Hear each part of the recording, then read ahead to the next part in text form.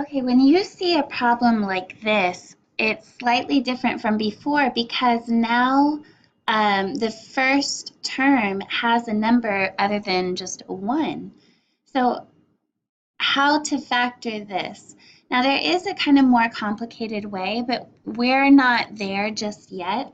So what I want you to recognize with these problems, do these three numbers have something in common?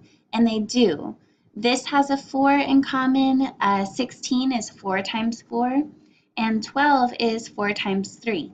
So what I can do is divide the entire equation by 4.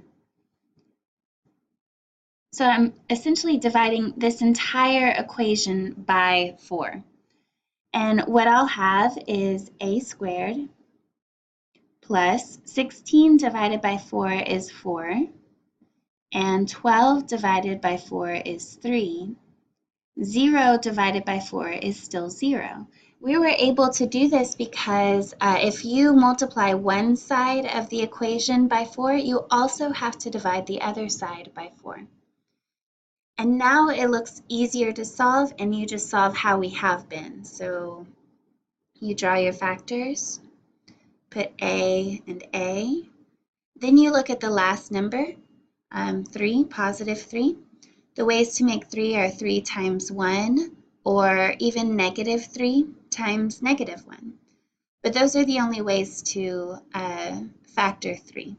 So you combine them, 3 plus 1 is 4, and negative 3 minus 1 is negative 4. We're looking for the pair of factors that add up to 4. That is right here.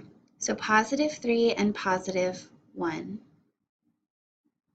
These are our two factors. And then you set the first equal to 0 and solve. So A equals negative 3. And you set the second one equal to 0 and solve. So the actual solving part was pretty easy at this point. What you need to do is when you see a problem like this, your first question to be, what do they have in common that I can factor out of this equation?